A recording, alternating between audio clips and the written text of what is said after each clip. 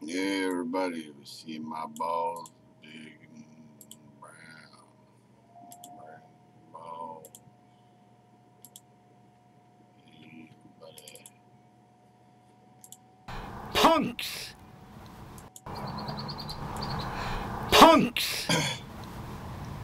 Or cat of nine tails. When I was younger, we used to burn these. We used to burn these to keep the mosquitoes away from us. Right?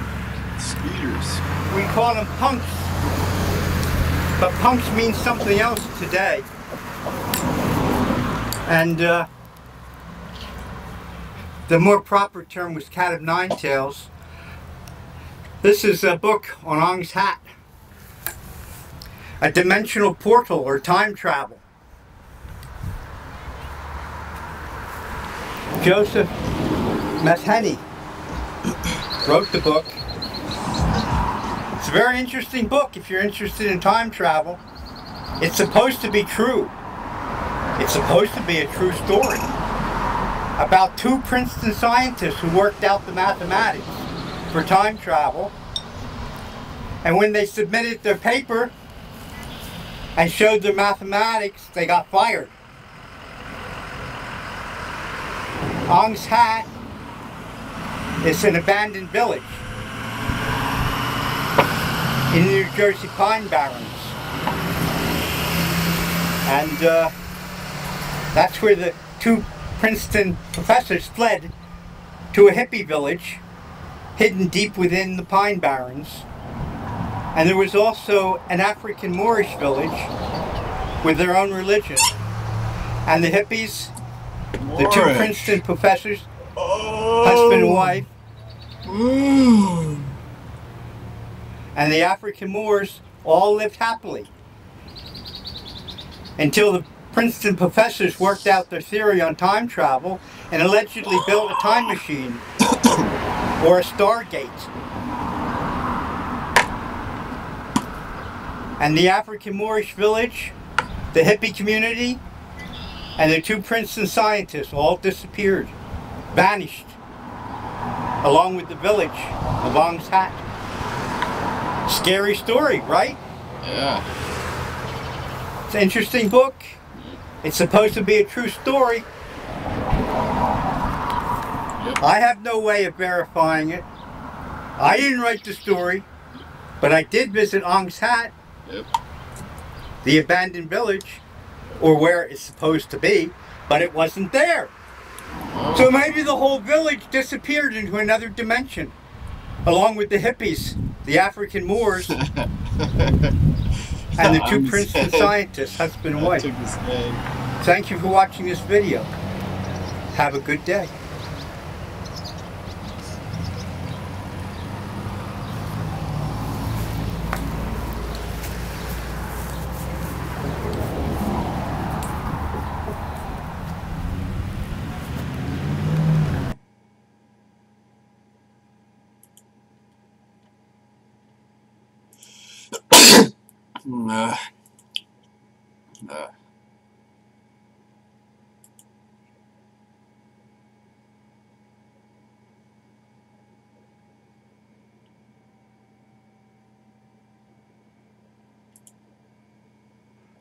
Okay, this video is going to be a direct response to staying insane amongst the insanity over here on YouTube.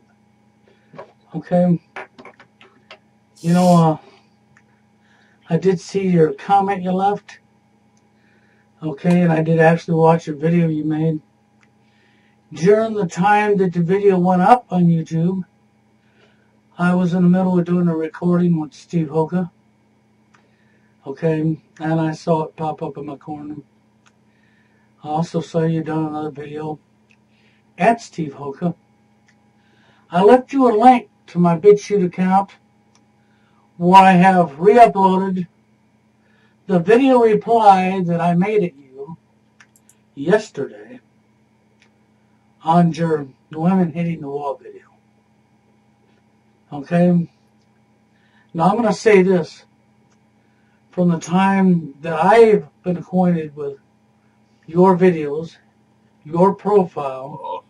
here on YouTube, before you took all of your videos down, you said a lot of good stuff.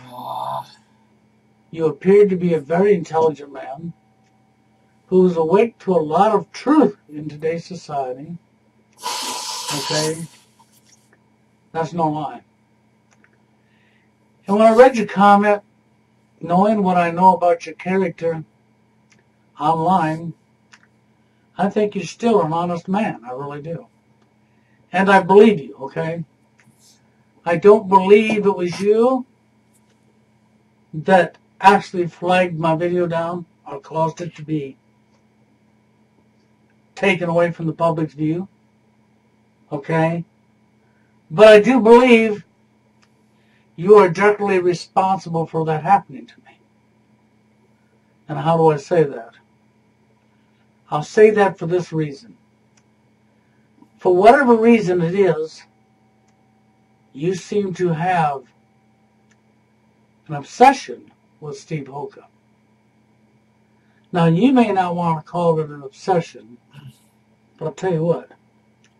Since you removed all of your videos or put them on private, and you've been posting new videos up on your channel, Steve Hocus Pocus. why don't you do your own self a favor? Count the videos you've done since you pulled your videos down. Only your newest ones since pulling them down. Count how many are direct. Is. Alright, let's finish watching the hell video. Hell, where was that? No. Schlubby Hubby Oofy Doofy Theory Trilogy. Oh shit. Yeah. Yeah. Yeah. Hey, Steve, can you hear me? I hear you loud and clear. Do you hear me? Yeah, no, nice and clear, yeah. Crystal clear. Yeah, you're wearing a USB headset, so it's a lot better than that crappy microphone I was using. Everybody here in the chat here, okay, good. It's, I guess everybody can probably hear you by now. What's going on? Hell by the dashboard light, you there? Yeah, there we go. I just had to, I had to mute the video, otherwise I was hearing myself talk. I had to get rid of that feedback. Okay, it's official. 1:26 a.m. on February 22nd is the Here we first go, time. guys. 2018 is the first time I talked to Here we go. Hell by the Dashboard Light. So, Hell by the Dashboard Light. Oh, I'm going to get right into the crux of this whole thing about the fact that you came to the conclusion that women just aren't interested in men anymore.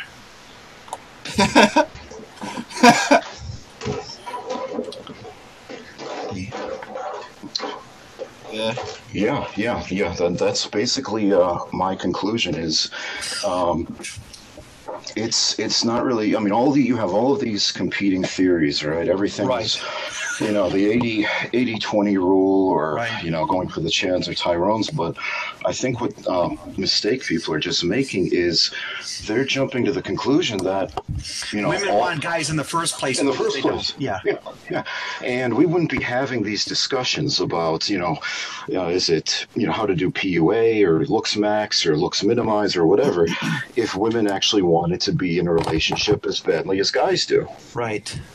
Every woman would get a guy, and regardless of how they, if it was nines with nines and fives with fives or whatever, somebody would end up with a partner. But since we're, spinning our wheels trying to figure out, what's going on, that's my conclusion, is that women are not interested in dating. Yeah, that's all I see, Wheel of Truth. It's like, I think it's bad where you are.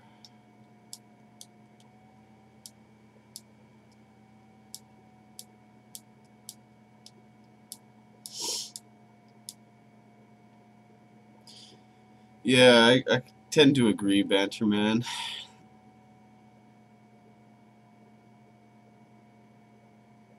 But I like the guy. He's good times.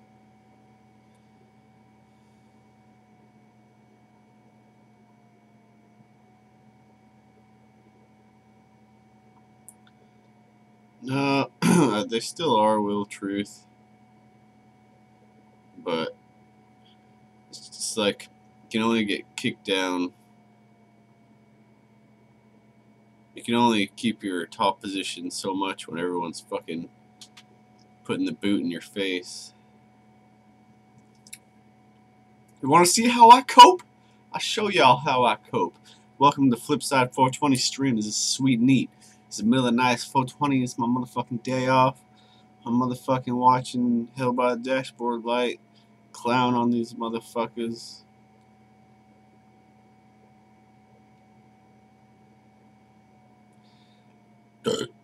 Really? What is it? Like all Asians now? What the fuck? It used to be all whites, to my knowledge. I don't know, man. Something happened in the culture. Like, I listen to Pantera 24/7. Neither fight or recruit every man I see before me. Yeah, okay. Sure, a little banter.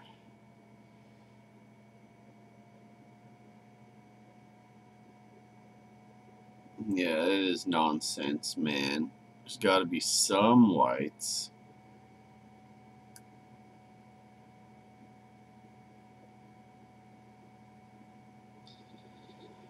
It's not not completely, man, banter, man, you know.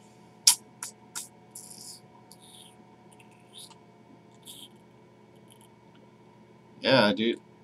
It's like all Indians on visas here working the tech jobs. 0 white people left. They all left. We're too smart, too good for it. These fucking Indians just want to live in a condo that it's like it looks fancy on the outside, but it's the same things back in their country. But oh, I'm in America and I'm fucking America.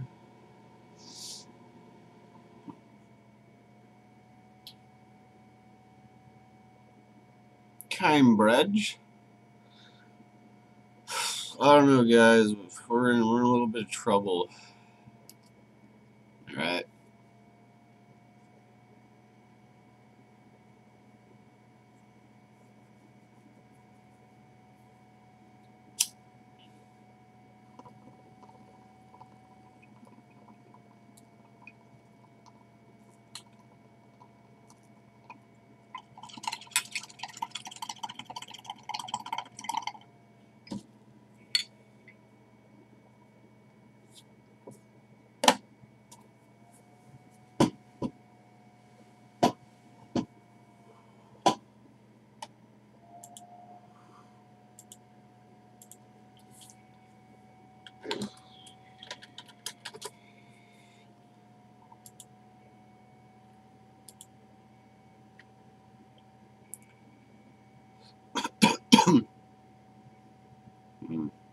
White men have the highest market snuggle ratio.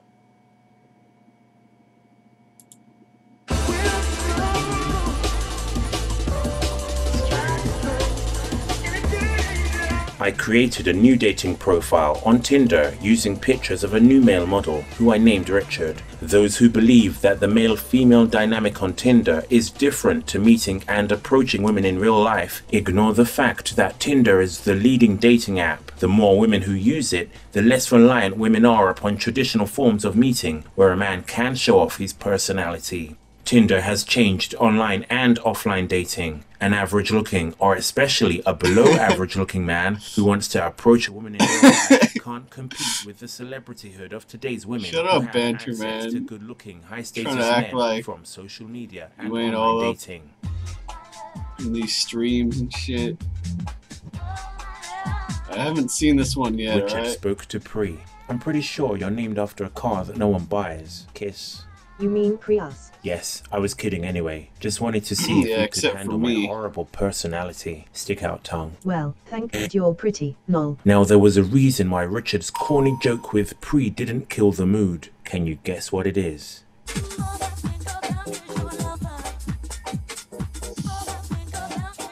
Compare your effort to results ratio with Richard's.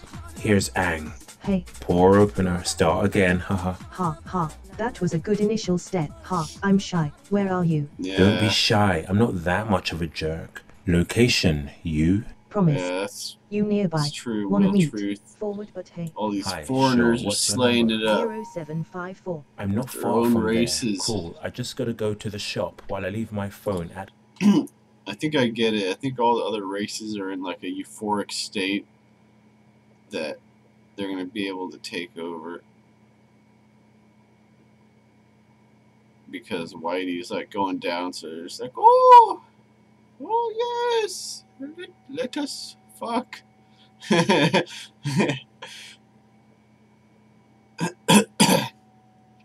back to Schlubby Hubby. Oofy doofy. Yeah, they're not interested in dating. Now, I was kind of going to put up some of these options. I did get a few donations in here. Alright, let's go. Where you seem to think, Pi, that it's very rigid in the deep down, in the inner side of a woman, she's lusting for that Chad character. Just do the Tinder experiment. Just do the Tinder experiment. That's all I'm Okay, asking. I would love to do it, but I need the pictures. Where do I get the pictures to do it? Like, where do you just Google the pictures? Oh, hold on. Let me. You know Jack, right? Jack. Yeah. He can send you some. I don't have many. Have Jack send me those pictures, and they're good-looking men, and he can either put them in a zip file as fine or just individually. It doesn't matter. I'll do the Tinder experiment because you know what? The next experiment I do, I will show up for that date looking the way I do. That'll be even more hilarious. And watch her go, you don't look like the guy in the pics. Yeah, but Steve, there's no guarantee that she even shows up for it. So even if I don't even if you get a match on, even if you get that match, you get a match on Tinder. There's no what percentage of that turns into a date, what percentage of that turns into somebody who shows up, and then what percentage of that. I mean, I have I had a good-looking male friend in New York City, Italian guy, and he was on Tinder, he was on Bumble, and he was having problems. He was tall, he was fit, he was very well dressed, very handsome dude. He had professional photos. He would occasionally get matches on Tinder, and they would either flake out or the date didn't go well. He was not slaying it, and he was. I mean, I can admit when a guy is, has better aesthetics than I do. I know height isn't everything, and I haven't beat on height, but face-wise and clothing and all of that, the visual stuff, he had me beat, but he was still struggling. Banter, man, you're not living in the real world, all right? You see, you're just living in your own little world. You're just living in your own little banter man world. There's things going on out there, banter man. There's things going on. He was still struggling. So this guy was well dressed and tall. Yeah, Or did you say he was just good looking? No, he was tall, well dressed, good looking. Yeah, everything. And decent job too. Actually, pretty damn. Alright, fine.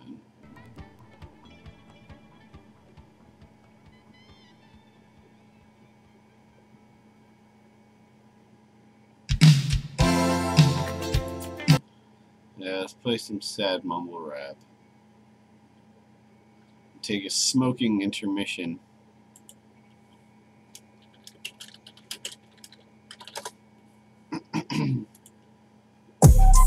Yeah. Okay, I think I'm a boomer. I think I'm a zoomer. I think I'm a doomer. Damn, I'm like a zoomer. Okay.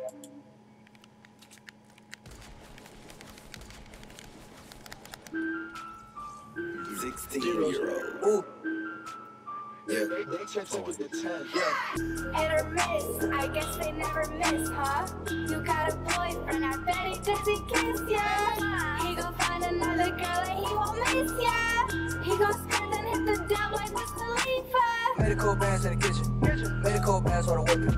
Take a nigga bitch go missing. Ooh, bitch I ball like a piston. Ooh, bitch I play for player. Yeah, ooh, no point don't care. No, go to bed, no point, yeah. Ooh, everybody know more next. Yeah, everybody know I flex. Ooh, I run through these checks. Ooh, I flex on my Left 4 bands and trap. Left 4 bands and trap. Smoking all our pack. Ooh, smoking all our pack. Ooh, yeah. Niggas empty.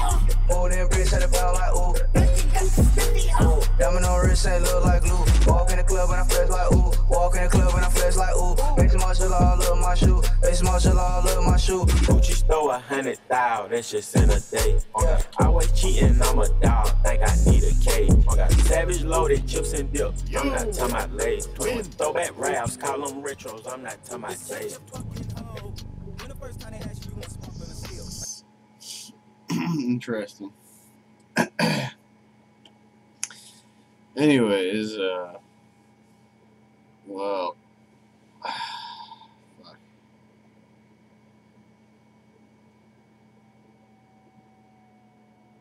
You guys talking about over there in the sidebar? Fuck, sidebar talking about.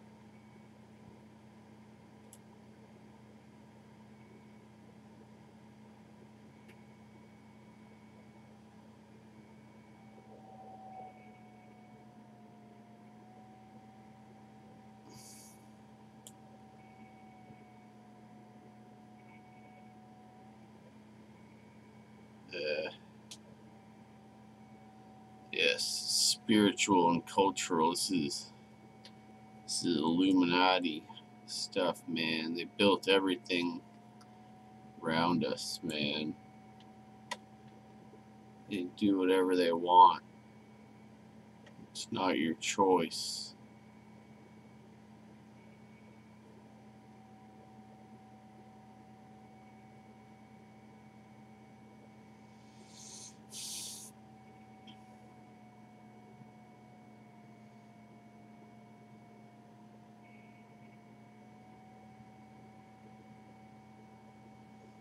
Man, nobody knows who created the light, man.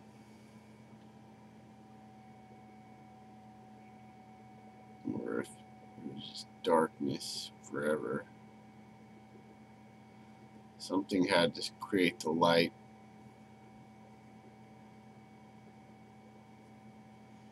He was there since the beginning. Oh, Christ. Oh, Christ. Fuck. Alright, back to this video I was watching. Okay, Steve, can you hear me? It's produced. And I'm saying you're concerned now, but I mean that's a situation I know I can fix easily. But I mean,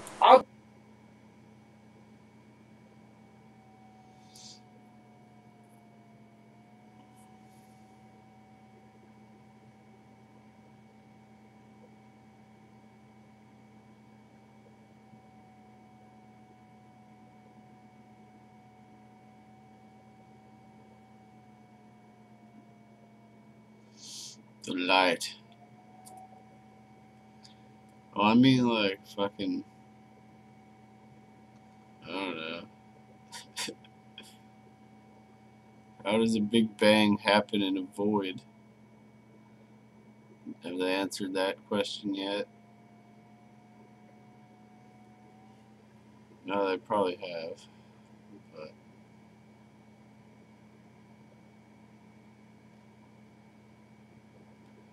I probably can't watch any videos about it.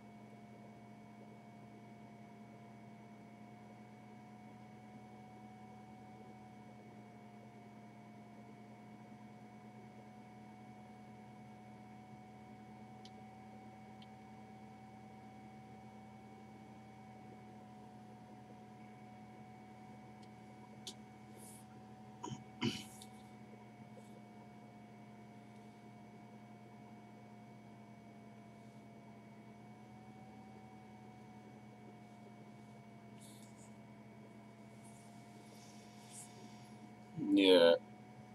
God's mind. Sure.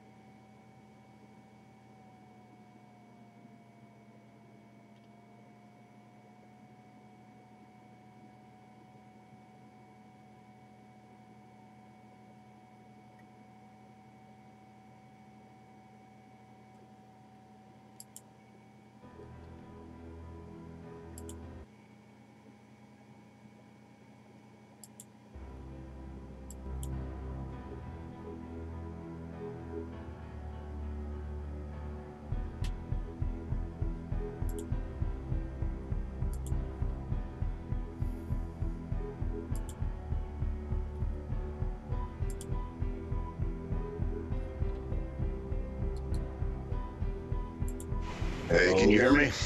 Oh. Stephen Hawking knows what happened before the Big Bang. At the time of the Big Bang, all the matter in the universe was smooshed into an incredibly hot, infinitely dense speck of matter. But what happened before that? It turns out, famed physicist Stephen Hawking has an answer, which he gave in an interview with his almost as famous fellow scientist, Neil deGrasse Tyson. You guys hear that? Start. Stephen Hawking knows what happened before the Big Bang.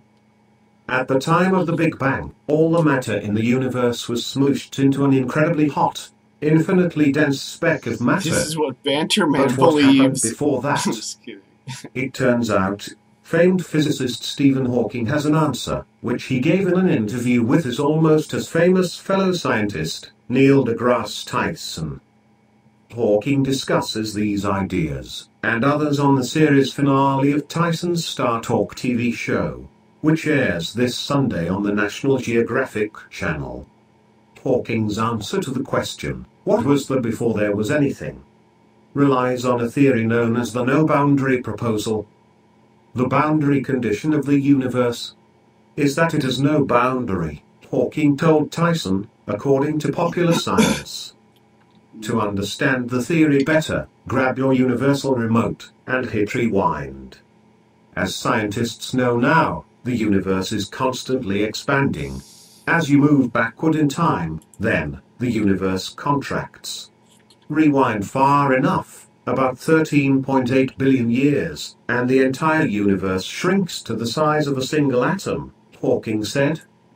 This subatomic ball of everything is known as the singularity, not to be confused with the technological singularity during which artificial intelligence will overtake humans. Jewish. Inside this extremely small, massively dense speck of heat and energy, the laws of physics and time as we know them cease to function. Put another way, time as we understand it literally did not exist before the universe started to expand. Rather, the arrow of time. Attention. Yeah, they were Arab Christians from over there, and yeah, Mem was Christian too. Science. To understand the theory better, grab your universal remote and hit rewind. As scientists know now, the universe is constantly expanding. As you move backward in time, then, the universe contracts. Rewind far enough, about 13.8 billion years, and the entire universe shrinks to the size of a single atom, Hawking said. This subatomic ball of everything is known as the singularity, not to be confused with the technological singularity during which artificial intelligence will overtake humans.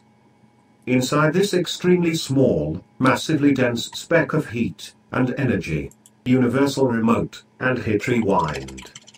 As scientists know My bad, I now, was the reading universe something. is constantly expanding. As you move backward in time, then, the universe contracts. Rewind far enough, about 13.8 billion years, and the entire universe shrinks to the size of a single atom, Hawking said. This subatomic ball of everything is known as the singularity, not to be confused with the technological singularity during which artificial intelligence will overtake humans. Okay. Inside this extremely small, massively dense speck of heat and energy, the laws of physics and time as we know them cease to function. Put another way, time as we understand it literally did not exist before the universe started to expand. Rather, the arrow of time shrinks infinitely as the universe becomes smaller and smaller, never reaching a clear starting point. Events before the Big Bang are simply not defined, because there's no way one could measure what happened at them, Hawking wrote in a lecture on the no-boundary proposal. Since events before the Big Bang have no observational consequences, one may as well cut them out of the theory, and say that time began at the Big Bang. This isn't the first time Hawking has discussed this theory. He previously delivered lectures on the topic, and starred in a free documentary about it, available on YouTube. Tune into Star Talk on Sunday to hear Tyson and Hawking delve deeper on the subject, as well whether Isaac Newton would be more excited to learn about black holes or Tinder. Black holes or Tinder?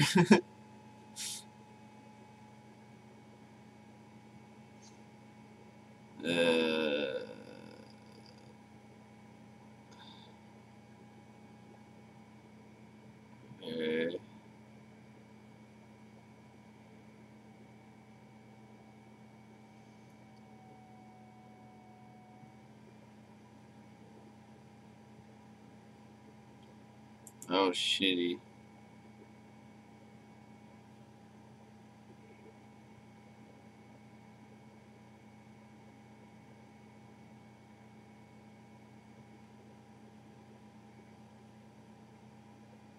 Let's watch the TED Talk. Just the audio.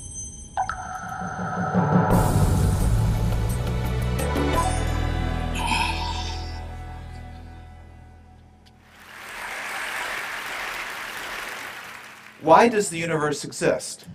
Why is there a world? Okay, all right. This is a cosmic mystery. Be solemn. Why is there a world? Why are we in it? Why is there something rather than nothing at all? I mean, this is the super ultimate why question. So I'm going to talk about the mystery of existence, the puzzle of existence, where we are now in addressing it, and why you should care. And I hope you do care. The philosopher Arthur Schopenhauer said that those who don't wonder about the contingency of their existence, of the contingency of the world's existence, are mentally deficient. All right, that's a little harsh, but still. So this has been called the most sublime and awesome mystery, the deepest and most far-reaching question man can pose. It's obsessed great thinkers. Ludwig Wittgenstein, perhaps the greatest philosopher of the 20th century, was astonished that there should be a world at all. He wrote in his Tractatus, Proposition 4.66, it is not how things are in the world that is the mystical, it's that the world exists. And if you don't like taking your epigrams from a philosopher, try a scientist. John Archibald Wheeler, one of the great physicists of the 20th century, the teacher of Richard Feynman, the coiner of the term black hole, he said, I want to know, how come the quantum? How come the universe? How come existence? And my friend Martin Amis, by the way, I'll be doing a lot of name dropping in this talk, so to get used to it. My dear friend Martin Amis once said that we're about 5 Einsteins away from answering the mystery of where the universe came from. And I no doubt there are 5 Einsteins in the audience tonight. Any Einsteins? Show of hands? No Einsteins. Okay.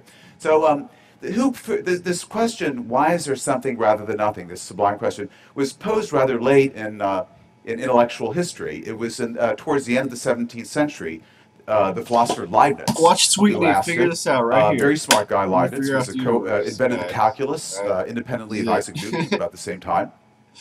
But for Leibniz, who asked why is there something Got rather my than nothing, bong. this was not a great mystery. Got some You know, TED he either Talks. was or pretended to be an Got Orthodox Einstein. Christian in his metaphysical Got outlook. Venture Man and And Will even, it's Truth. obvious why the world Trad exists, because Stacy God in the created house. it. And God created We're it gonna get to indeed the bottom of this, out guys. of nothing at all. That's how powerful God is. He doesn't need any pre-existing materials to fashion a world out of. He can make it out of sheer nothingness, creation ex nihilo. And by the way, this is what most Americans today believe. There's no mystery of existence for them. God made it. Okay, so let's put this in an equation. I don't have any slides, so I'm going to mime my visuals. So use your imaginations. So it's God plus nothing equals the world. Okay? Now, that's the equation. And so maybe you don't believe in God. Maybe you're a scientific atheist or an unscientific atheist, and you don't believe in God, and you're not happy with it. By the way, even if we have this equation, God plus nothing equals the world, there's already a problem. Why does God exist? You know, God doesn't exist by logic alone unless you believe the ontological argument, and I hope you don't, because it's not a good argument. So, you know, it's conceivable if God were to exist, he might wonder, you know, I'm eternal, I'm all powerful, but where did I come from? Whence then am I? God speaks in a more formal English, and so you know, one theory is that God was so bored with pondering the puzzle of his own existence that he created the world, you know, just to distract himself. But anyway, so let's first forget about God. So we have, take God out of the equation, we have blank plus nothing equals the world. Now, if you're a Buddhist, you might want to stop right there. Because essentially what you've got is nothing equals the world, and by symmetry of identity, that means the world. No, there is no God. Because he can't wonder what made him. There can't be a chain effect. It's just some random. It was just a spark in a void. I'm sorry. Sorry, guys. It was just static electricity.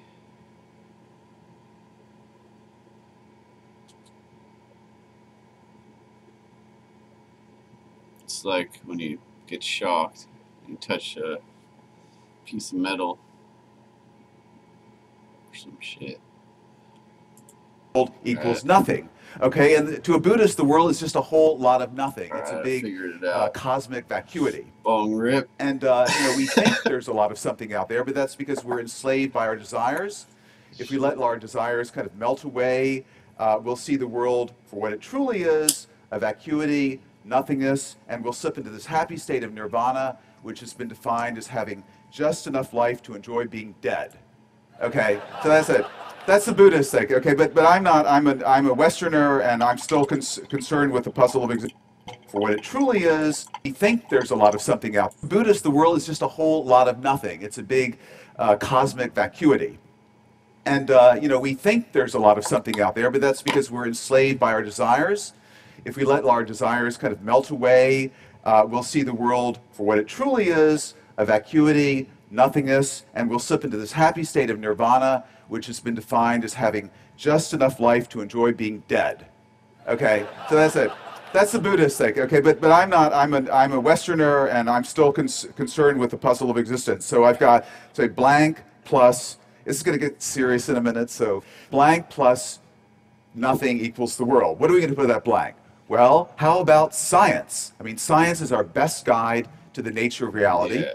And the most fundamental science is physics. That tells us what naked reality really is. That reveals what I call Tao Photu, the true and ultimate furniture of the universe. So maybe physics can fill this blank. And indeed, since about the late 1960s, around 1970, physicists have purported to give a purely scientific explanation of how a universe like ours could have popped into existence out of sheer nothingness, a quantum fluctuation out of the void. Stephen Hawking is one of these physicists, more recently Alex Vilenkin, and the whole thing has been popularized by another very fine physicist and friend of mine, Lawrence Krauss, who wrote a book called A Universe from Nothing.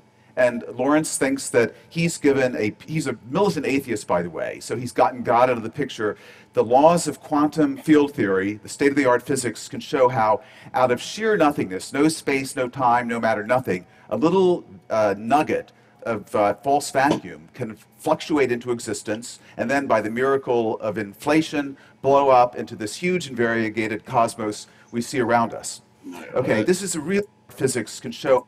Lawrence Krauss, who wrote a book called A Universe from Nothing, and Lawrence thinks that he's a militant atheist, by the way, so he's gotten God out of the picture. The laws of quantum field theory, the state-of-the-art physics, can show how out of sheer nothingness, no space, no time, no matter, nothing, a little nugget of false vacuum can fluctuate into existence, and then by the miracle of inflation, blow up into this huge and variegated cosmos we see around us. Okay, this is a really, it's an ingenious scenario. It's very speculative. It's fascinating, but I've got a big problem with it. And the problem is this. It's a pseudo-religious point of view. Now, Lawrence thinks he's an atheist, but he's still enthralled to a religious worldview. He sees physical laws as being like divine commands.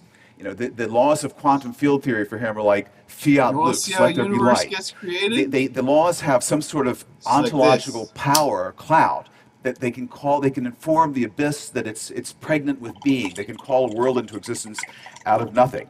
That's a very primitive view of what a physical law is, right? We know that physical laws are actually generalized descriptions of patterns and regularities in the world. They don't exist outside the world. They don't have any ontic cloud of their own. They can't call a world into existence out of nothingness. That's a very primitive view of what a scientific law is. And if you don't believe me on this, you listen to Stephen Hawking, who himself put forward a model of the cosmos that was self-contained, didn't require any outside cause, any creator. And after proposing this, Hawking admitted that he was still puzzled. I mean, these are just, this model is just equations. What breathes fire into the equations and creates a world for them to describe?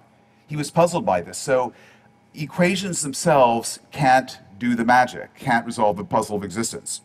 And besides, even if the laws could do that, why this set of laws? Why quantum field theory that describes a universe with a certain number of forces and particles and so forth? Why not a completely different set of laws? There are, many, many mathematically consistent sets of laws. Why not no laws at all? Why not sheer nothingness? So this is a problem, believe it or not, that reflective physicists really think a lot about. And at this point, they tend to go metaphysical. Say, well, maybe the set of laws that describe our universe, it's just one set of laws, and it describes one part of reality, but maybe every consistent set of laws describes another part of reality. And in fact, all possible physical worlds really exist. They're all out there. We just see a little tiny part of reality that's described by the laws of quantum field theory, but there are many, many other worlds, parts of reality that are described by vastly different theories that are different from ours in ways we can't imagine, that are, inconceivably exotic. Steven Weinberg, the father of the standard model of particle physics, has actually flirted with this idea himself, that all possible realities actually exist. Also, a younger physicist, Max Tegmark, who believes that all mathematical structures exist, and mathematical existence is the same thing as physical existence, so we have this vastly rich multiverse that encompasses every logical possibility. Now, in taking this metaphysical way out, these physicists and also philosophers are actually reaching back to a very old idea that goes back to Plato. It's the principle of plenitude or fecundity, or the great chain of being, that reality is actually as full as possible. It's as far removed from nothingness as it could possibly be.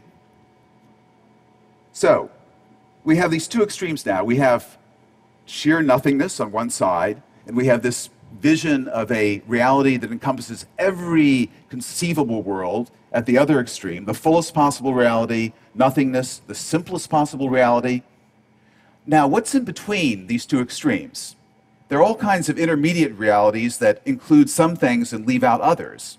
So one of these intermediate realities is say the most elegant, the most mathematically elegant reality that leaves out the inelegant bits, the ugly asymmetries and so forth. Shout Now, out, there's some physicists who will tell you that we're actually living in the most elegant reality. I think that Brian Greene is in the audience, and he has written a book called The Elegant Universe. He claims that the universe we live in mathematically is very elegant.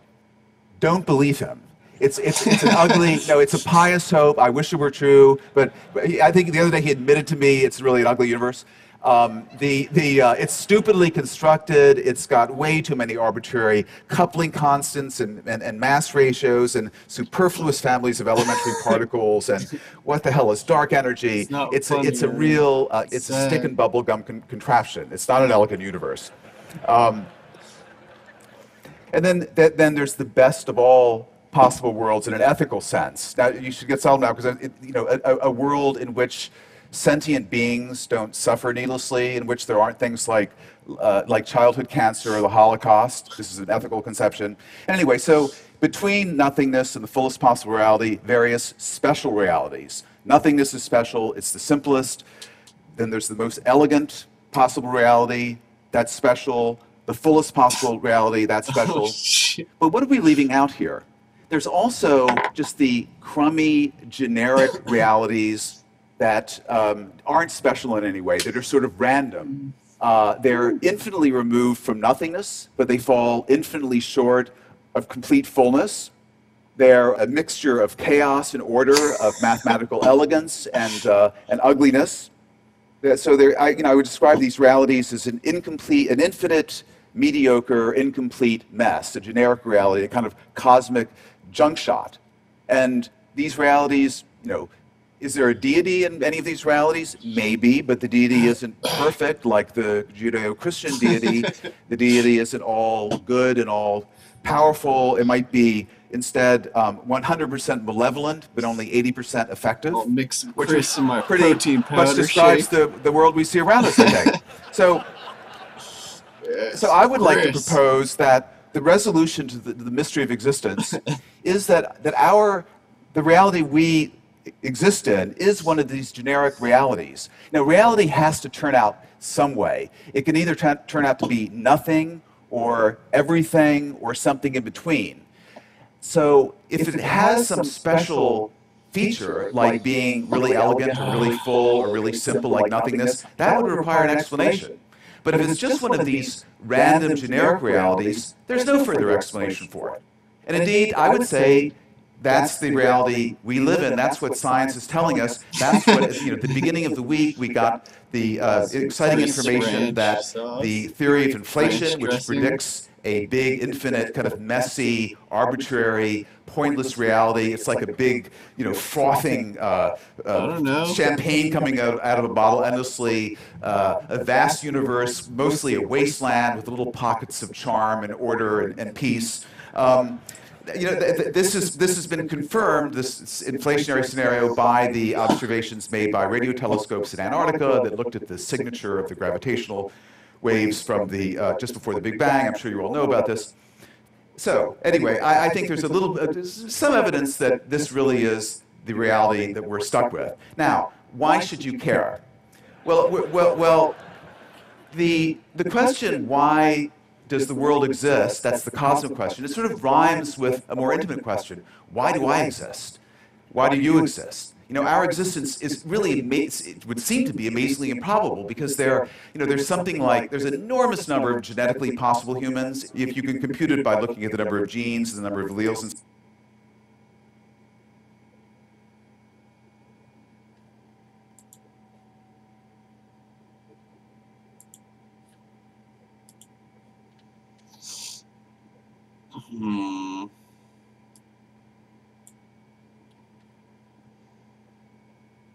What the hell happened? I didn't even do anything with the audio. I just turned my volume down. Whatever. I don't give a fuck. And so forth. And it's a back of the envelope calculation will tell you there are about 10 to the 10,000th possible humans genetically. That's between a Google and a Googleplex. So, and the number of actual humans that have existed is an infinite, 100 billion, maybe 50 billion, an infinitesimal fraction. So all of us, we've won this amazing cosmic lottery. We're here. Okay. So, what kind of reality do we want to live in? Do we want to live in a special reality? Okay, fractions. The number of actual humans that have existed is an infinite, 100 billion plex, 10 to the 10,000th possible humans genetically. That's between a Google and a Googleplex. So, and the number of actual humans that have existed is an infinite, 100 billion, maybe 50 billion, an infinitesimal fraction. So all of us, we've won this amazing cosmic lottery. We're here. My last bowl of Okay. Chris right now. So, what kind of reality do we want to live in? Do we want to live in a special reality? What if we were living in the most elegant possible reality? Imagine the existential pressure on us to live up to that, to be elegant, not to pull down the tone of it. Or what if we were living in the fullest possible reality? Well, then our existence would be guaranteed because every possible thing exists in that reality, but our choices would be meaningless. If I really struggle morally and agonize and I decide to do the right thing, what difference does it make? Because there are an infinite number of versions of me also doing the right thing and an infinite number doing the wrong thing. So my choices are meaningless. So we don't want to live in that special reality. And as for the special reality of nothingness, I mean, we wouldn't be having this conversation. So I think living in a generic reality that's mediocre, there are nasty bits and nice bits, and we can make the nice bits bigger and the nasty bits smaller, and that gives us a kind of purpose in life. The universe is absurd, but we can still construct a purpose, and that's a pretty good one. And the overall mediocrity of reality kind of resonates nicely with the mediocrity we all feel in the core of our being. And I know you feel it. I mean, I know you're all special, but you're still kind of secretly mediocre, don't you think? So anyway, you may say, this puzzle of mystery of existence, it's just silly mystery mongering. You're not astonished at the existence of the universe. You're in good company. Bertrand Russell said, I should say the universe is just there, and that's all. It's just a brute fact. And my professor at Columbia, Sidney Morgenbesser, a great philosophical wag, when I said to him, Professor Morgenbesser, why is there something rather than nothing? And he said, oh, even if there was nothing, you still wouldn't be satisfied. So, yeah. So, okay. So you're not astonished. I don't care. But I will tell you, I will tell you something to conclude that I guarantee you will astonish you, because it's astonished all of the brilliant, wonderful people I've met at this TED conference when I've told them. And it's this: never in my life have I had a cell phone. Thank you.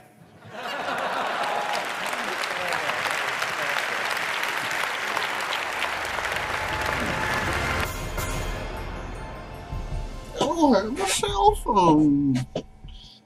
Maybe he doesn't want to get radiation.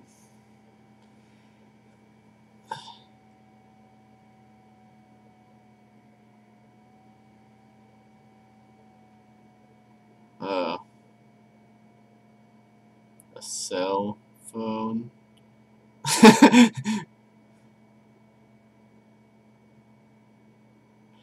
I get it. Nothing worse than academic humor.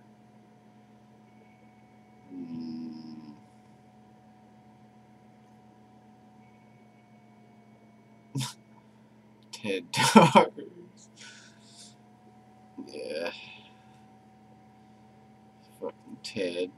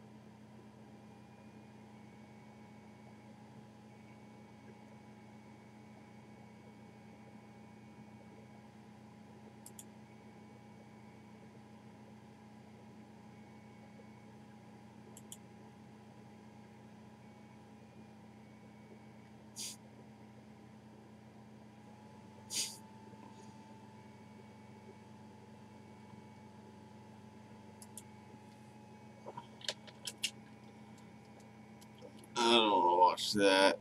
Never mind. Okay, let's watch. I forgot.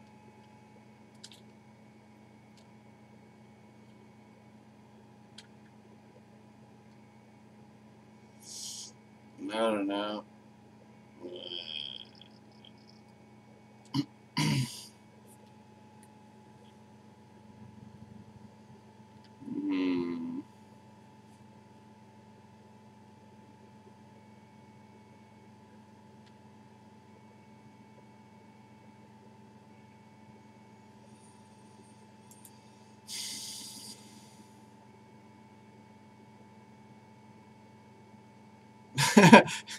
Will, just drink coffee.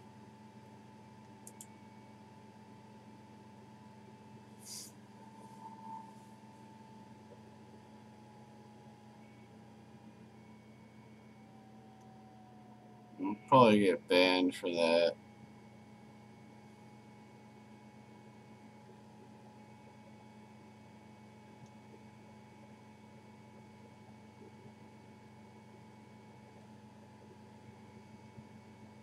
G.G. Allen was alive during TED Talks.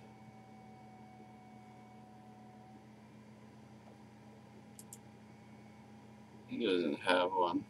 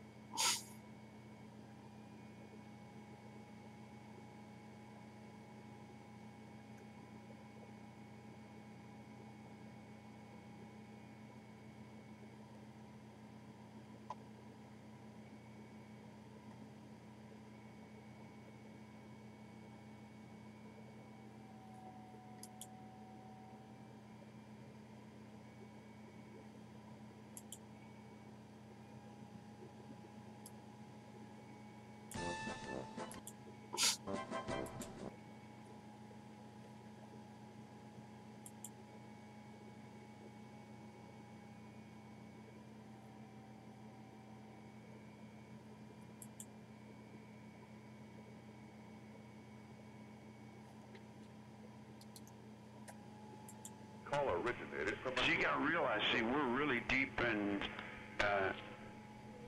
darkness, and there's a lot of insanity around these places. You know, it's like, that's what Mahan don't understand. Mahan's an idiot. And so is that stupid fucking Boyd. See, they come in, they get a job, and they walk around in a uniform for 5 or 6 years, and they act like somebody they seen.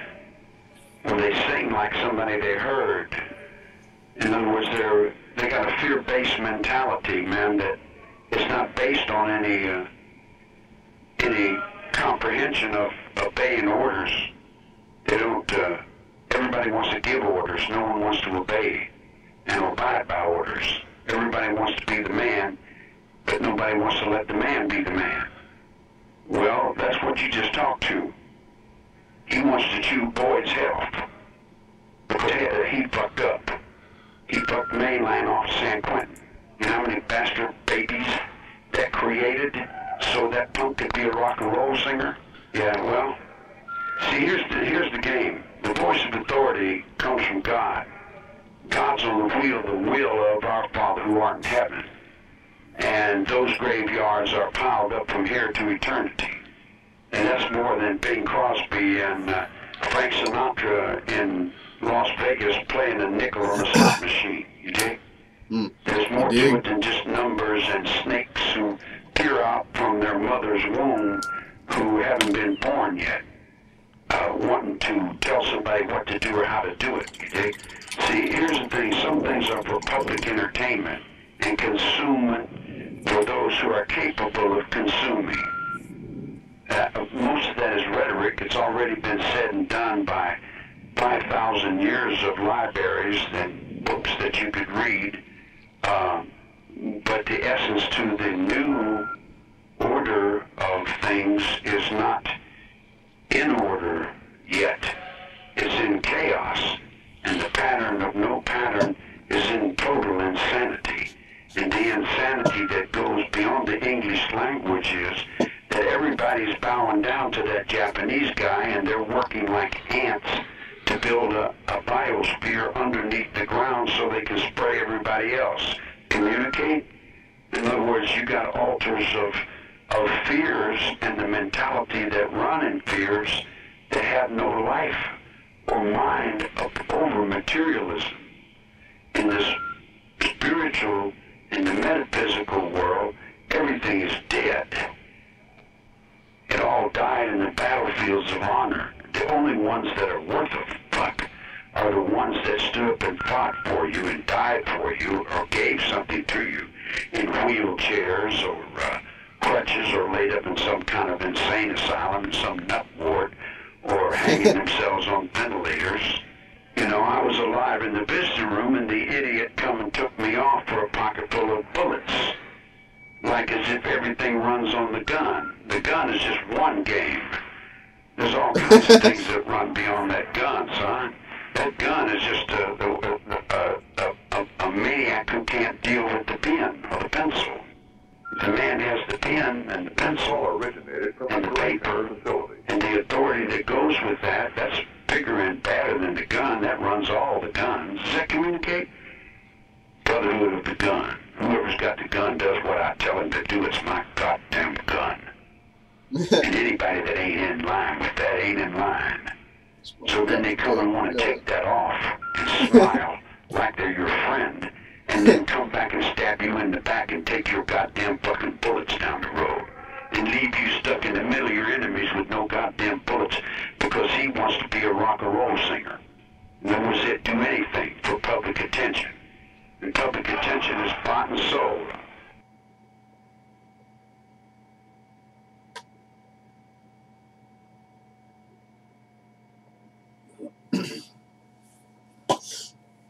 Thank you, Charles Manson.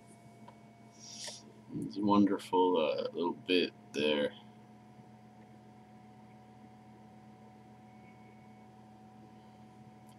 Alright, up next we have the Nixon tapes.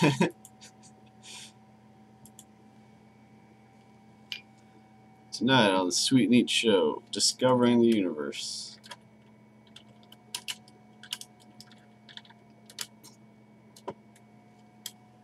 And Nixon tapes and Charles Manson.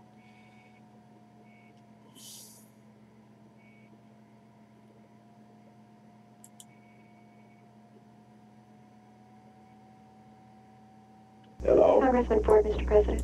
Good morning, Mr. President. Hi, Jerry. How are you? What's the matter with your opposite number? He's nuts.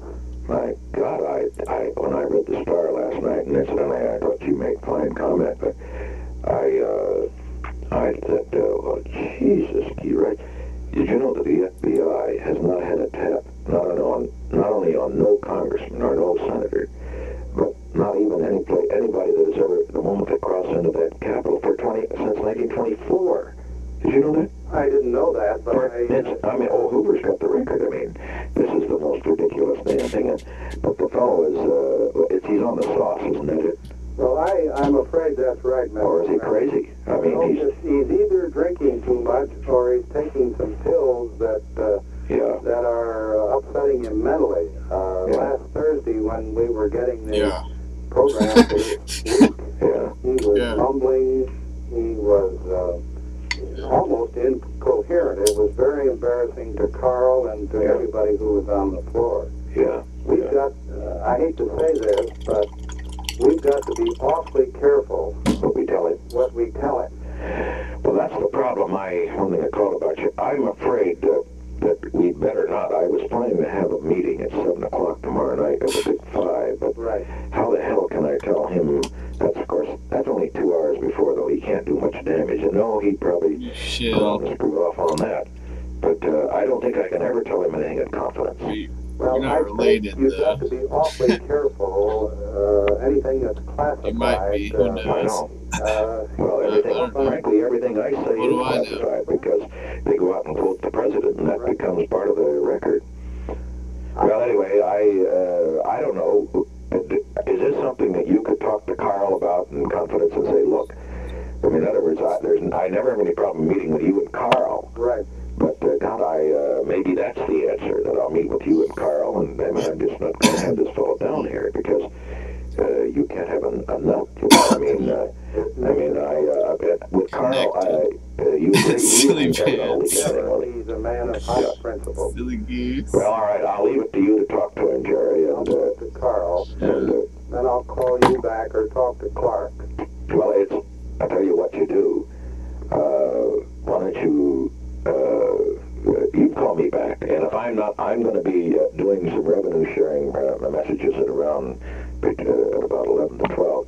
But if you find that Carl feels there's any doubt, then what we'll do is to just have you and Carl, right, and from the house, and just say we want only 2 from the house, and then I'll have only Mike and Scott from the Senate. I think that's a proper dividing line. After all, in a sense, it's sort of the speaker is a partisan. That's right. And it would be like having the president pro tem added in. You know, we used to have Dick Russell for reasons, right. But we don't add Ellender. No. So I think if I could have you and Carl, I'd feel perfectly free to talk anytime. But that's what I really call you. But I don't feel I can talk in front of this fellow.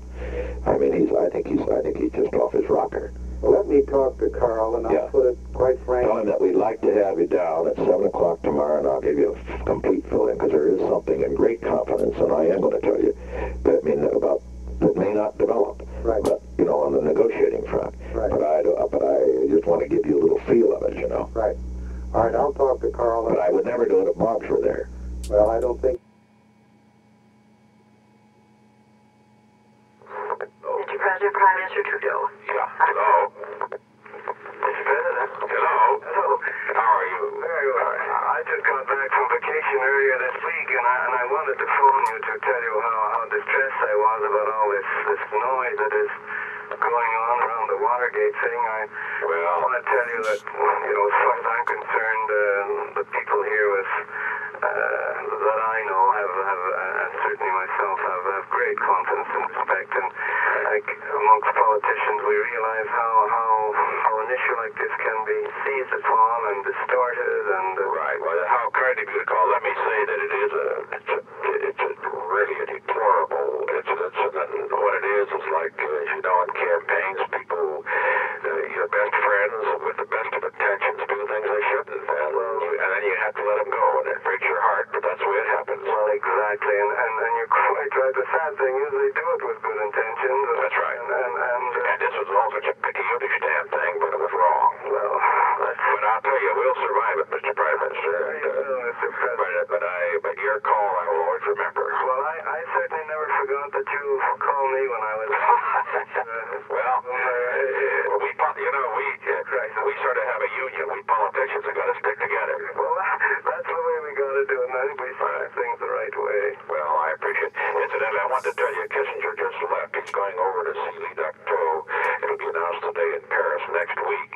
And as soon as he gets back, I'll have him be sure that you get a report, because I know your decision on this thing is imminent. And that way we'll have a better fix on how the thing's coming. But we do appreciate what you've done, and I'll keep you totally posted on his visit, which will be next Thursday. Certainly appreciate that. Thank you very much, Mr. President. How good of you to call.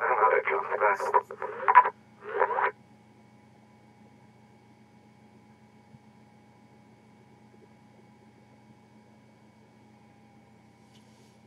Tricky dick.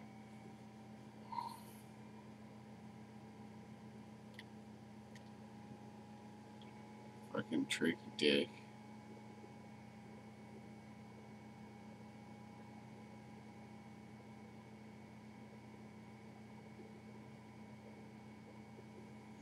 Many beards.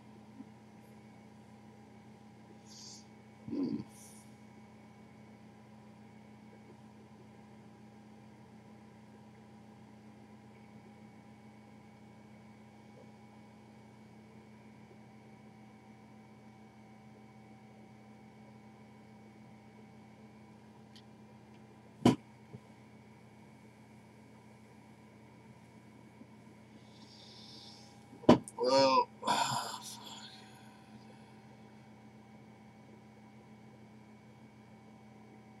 town grandmas.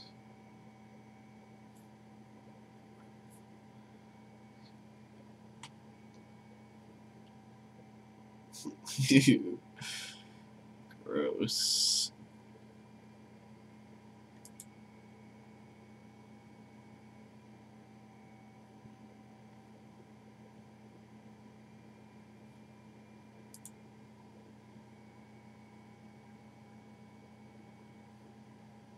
Hello, brothers and sisters.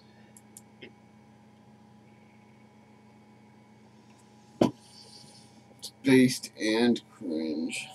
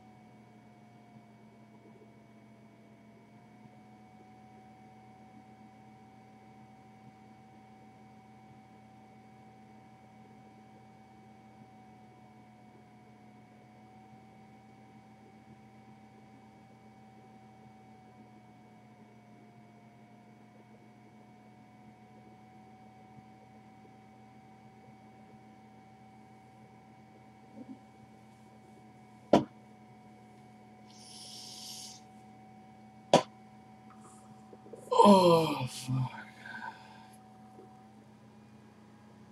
Gotta clean my room. Just thinking what we gotta put in storage.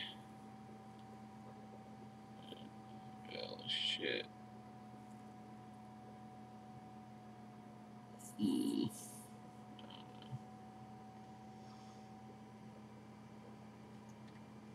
What's this?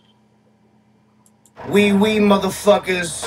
I'm picking up where I left off in 2015. I'm meeting back up with my man, the myth, the legend, Clovis Ochin. Opa. He is my wine shaman. To all the people disappear. Rest in peace. When I first met Clovis backstage at one of my shows, he changed my life forever by introducing me to natural wine. This is like, I don't make a... This fucking Rick Ross. White people Rick Ross.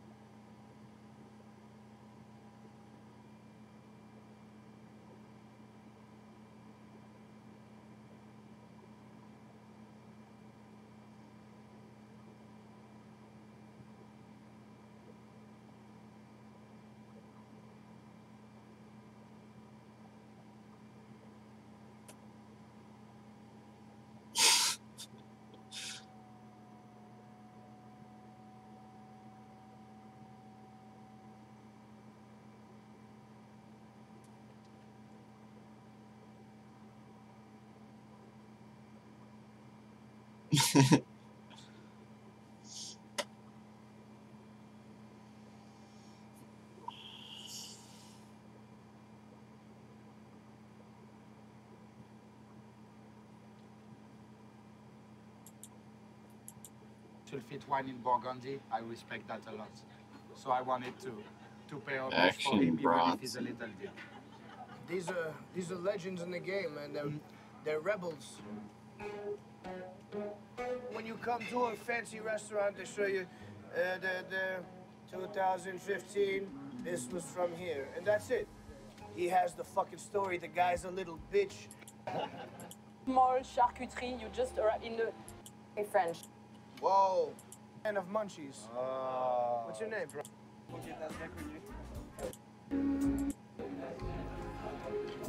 C'est wrong.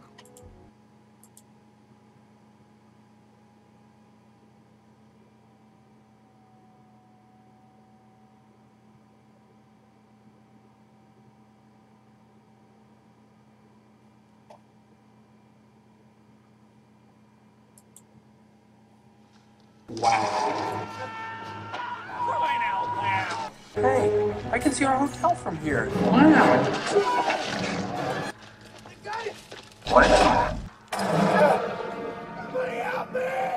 Oh shit, it's a movie.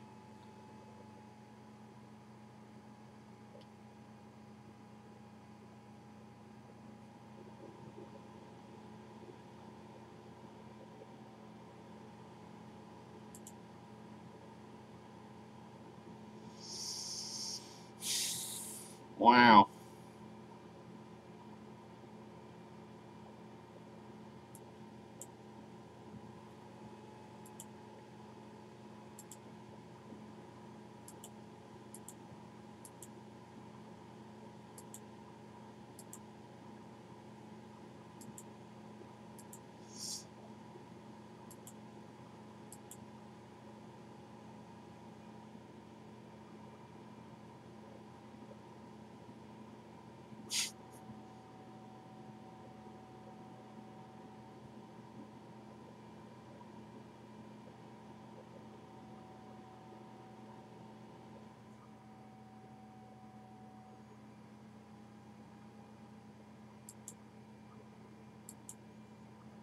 The fuck is this guy? This fat ass. Banterman linked.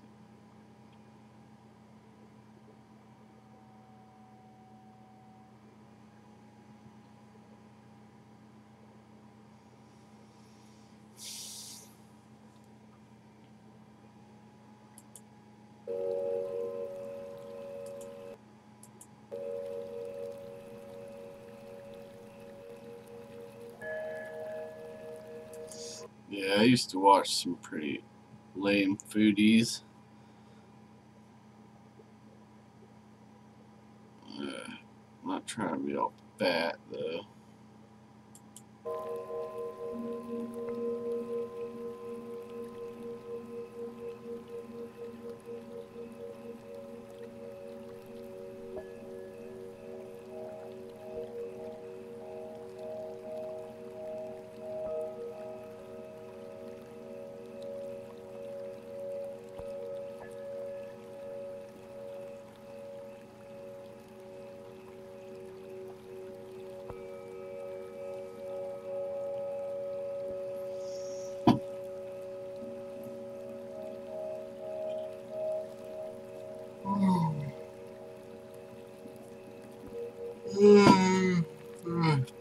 Do one last dab.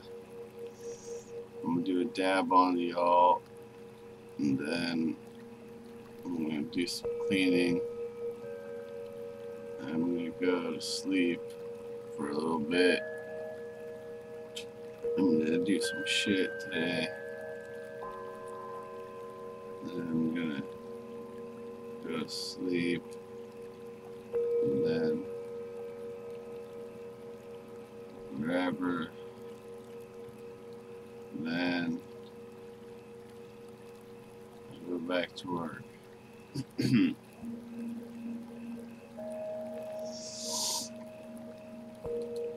What's this? We're cooking quinoa. We're gonna start over on the counter, and I'll talk you through it. Quinoa is something that I like to have for dinner every chance I get.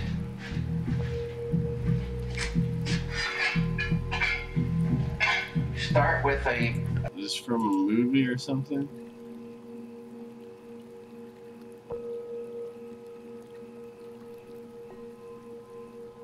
Yeah. I just sleep whenever I feel like it.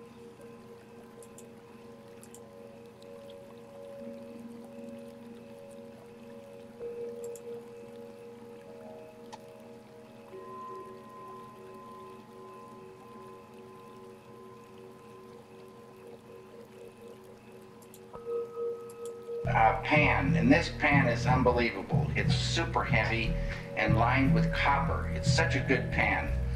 I'm going to go over now and fill this pan at the sink with some fresh water.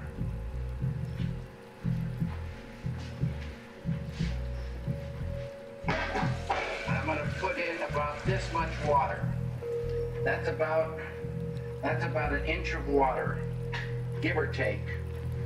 Fresh, nice fresh water. I'm going to set this pan on the stove, and I'm going to light the flame. And it's a nice hot flame. And then I'm going to get the sea salt. This here is sea salt, and I'm going to put about that much in there. Then I'm going to get ready for the quinoa.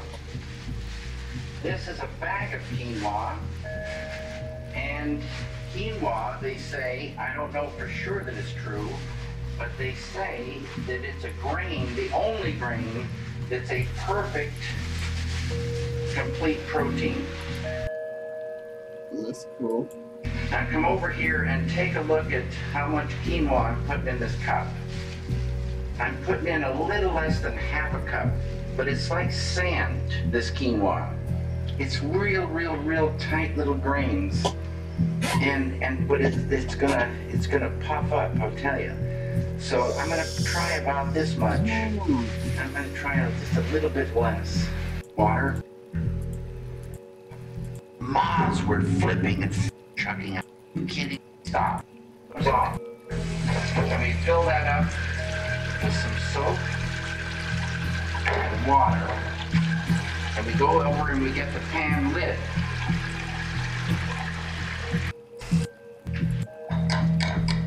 Man, that is so good.